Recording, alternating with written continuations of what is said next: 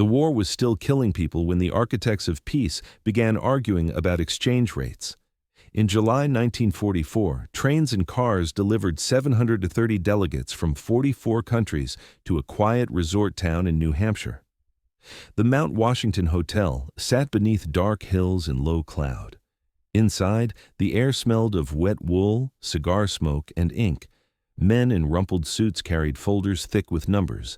Women typed minutes and copied drafts. Outside, the world was on fire. Inside, they were trying to prevent the next fire from starting in a bank. Here was the fear they shared. After World War I, money had turned into a weapon. Debts, defaults, devaluations, tariffs, bank failures. The Great Depression did not arrive like a single storm. It arrived like a system losing coordination. Trade collapsed, extremes rose. Then came war. Bretton Woods was not a seminar. It was an attempt to build guardrails before the road reopened, and hidden inside those guardrails was a gamble that would shape the next century. The world would run on the US dollar. To understand why, picture the world's balance sheet in 1944. Britain was exhausted and deeply indebted. Much of Europe was bombed, occupied, or barely functioning. Japan was still fighting. Factories had been turned into rubble. Ports were damaged. Rail lines were twisted metal. The United States, by contrast, had expanded production, not lost it. American ships crossed the Atlantic with supplies. American factories ran day and night. And America held most of the world's official gold. In a world that had been burned by paper promises, gold still looked like proof.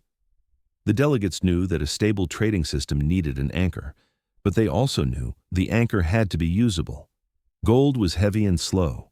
Moving it for every transaction was like paying rent by shipping bricks. So the system would need a reserve currency that everyone accepted, a currency that could act like gold without physically being gold. That is where the dollar entered the room, not as a slogan, but as a solution. Two men quickly became the drama. John Maynard Keynes arrived for Britain with the confidence of a genius and the fatigue of a nation that had spent its wealth fighting. He believed the old gold standard had turned recessions into catastrophes by forcing countries to crush their economies just to defend fixed rates. He wanted a new system that would not punish nations for running temporary deficits, and that would also force surplus nations to adjust instead of hoarding demand. Across from him was Harry Dexter White, the U.S. Treasury's chief designer. White represented a country with the money, the gold, and the leverage. His instincts were not poetic, they were strategic. The United States did not want a neutral world currency managed by an international committee. It wanted a system where the center of gravity sat in Washington. Keynes proposed something elegant, a global clearing union using a new unit of account, the Bancor. No single nation would own the reserve currency. Countries that ran chronic surpluses would be pressured to spend or revalue, not simply lecture deficit countries about discipline. It was a design meant to prevent the next depression and the next political radicalization. White rejected it. The United States would not subsidize a world currency that diluted American influence. And in 1944, influence was the real commodity. The war had made that clear. So Bretton Woods produced a compromise that looked technical but carried enormous political force. Exchange rates would be fixed but adjustable under rules. Countries could devalue when fundamentals required it, but not as an everyday trick. Capital controls would be tolerated because the memory of hot money and sudden flight was fresh.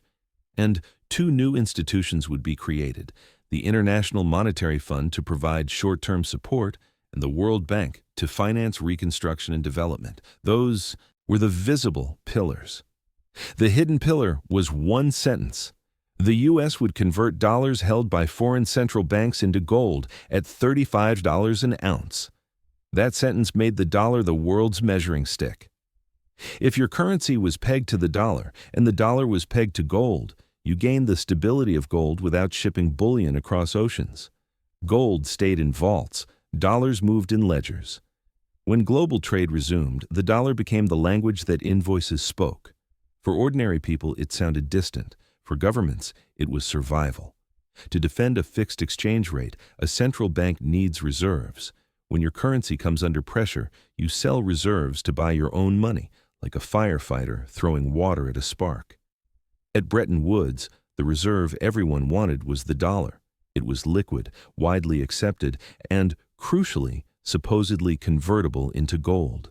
That convertibility created the calm. It was the emergency exit sign. Most countries did not intend to use it.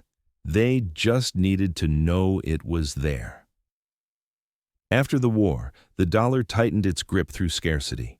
Europe needed food, fuel, machinery, medicine. Much of it came from the United States. To buy American goods, countries needed dollars. This created what officials called a dollar shortage, but in daily life it felt like a bottleneck. A finance minister could have workers ready to rebuild bridges, but without dollars, he could not import steel. A factory could have orders, but without dollars it could not buy components. Dollars were not just money, they were permission to rebuild. Central banks hoarded them like oxygen because without them, factories stalled, ports emptied, imports froze, and winter became a political threat. In that world, the IMF was not an abstract building, it was a phone call. When reserves fell and a currency peg trembled, a minister could seek an IMF program to borrow dollars and buy time. The loan was never free. It came with conditions meant to restore balance. But the alternative was often worse. A sudden devaluation, a spike in unemployment, and a political crisis that could topple governments. The Marshall Plan helped relieve the shortage and rebuild confidence, but it also reinforced the same pattern. The United States supplied the goods, the dollars, and the security umbrella. In the background, the Cold War sharpened alliances, and the dollar became part of a broader promise: American markets and American protection. In the 1950s, the system appeared to work. Exchange rates stayed within narrow bands, trade expanded, Reconstruction turned into growth. A generation of officials learned a new discipline. If the exchange rate is a promise, policy must behave like a promise. Budgets, interest rates, and wages mattered not only domestically, but internationally. But a system can work and still contain a slow-motion crack. They were building a system meant to prevent panic, yet panic was already coded into its future arithmetic at birth. The crack was mathematical, and it was present from the beginning. The world economy would grow, which meant global trade would grow, which meant the world would need more reserves and more dollar liquidity. Where would new dollars come from? From the United States running deficits, sending dollars abroad by importing more than it exported, by investing overseas, by maintaining military commitments, by financing allies. In other words, the system required the United States to supply the world's money. Yet the same system required the United States to guarantee that dollars could be turned into gold at a fixed price. Those two requirements collide as the numbers get large. The more dollars the world holds, the more potential claims exist on U.S. gold. If confidence wavers, foreign central banks can legally present dollars and demand bullion. Each conversion reduces the gold stock.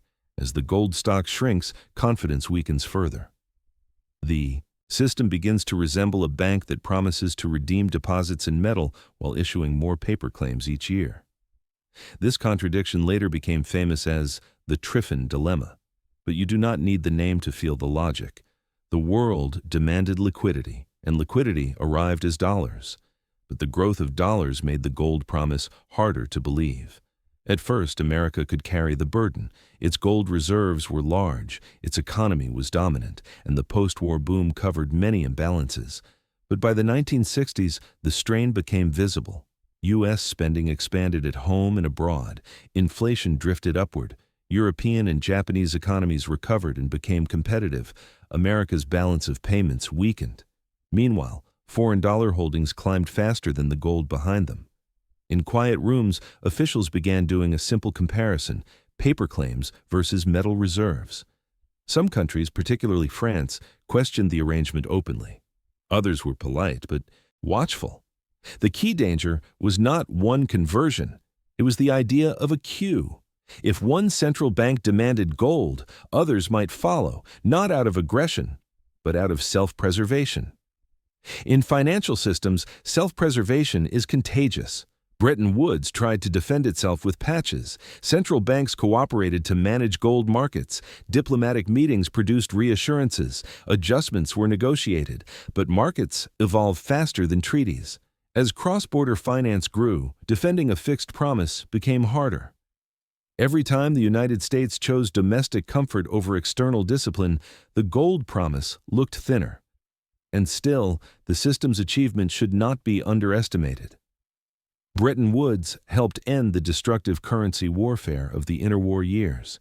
It created institutions that could lend in emergencies and coordinate stabilization. It gave businesses a world where contracts could be priced without constant currency chaos. It helped create the environment for decades of expanding trade and rising living standards. Yet it also created hierarchy. Countries pegged to the dollar, so they watched U.S. policy like weather.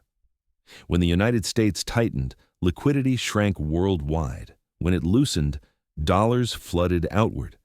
The dollar became a global thermostat, and other nations built their growth plans around its setting. They gained stability, but they also inherited dependence. That dependence is why the dollar's dominance became self-reinforcing. Once trade, reserves, and banking are organized around one currency, switching is costly. Contracts, institutions, and habits accumulate around the center. The center gains gravity. Gravity feels like stability until it pulls too hard.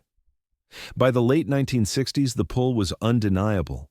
The gold promise was under pressure. The world held more dollars than could comfortably be redeemed at $35 an ounce. Confidence was no longer automatic. It had to be managed. When confidence must be managed, the anchor is already slipping. The break, when it came, looked sudden. In 1971, the United States suspended gold convertibility and closed the gold window. But that moment was not a lightning strike from a clear sky. It was the delayed result of a decision made in 1944 to rebuild the world around a single national currency, because that currency was the only anchor strong enough at the time. So why did the dollar take over the world? Because the world needed an anchor, the United States had the gold and the industrial capacity, and Bretton Woods turned that advantage into a rulebook. The dollar was chosen to stop chaos, and it succeeded, long enough to rebuild an era. But the deeper lesson is more unsettling. Any system with a center eventually tests the discipline of the center. Under Bretton Woods, the dollar's power rested on a promise to trade paper for metal. Later, it would rest on something harder to measure: credibility, institutions, and the willingness to accept pain to protect trust. In New Hampshire, the delegates were trying to prevent money from becoming a weapon again. They built a structure that reduced chaos and encouraged growth. Yet they also built dependence on a single issuer's judgment. That is the real legacy of Bretton Woods. It made the dollar the world's money not through conquest, but through design under crisis.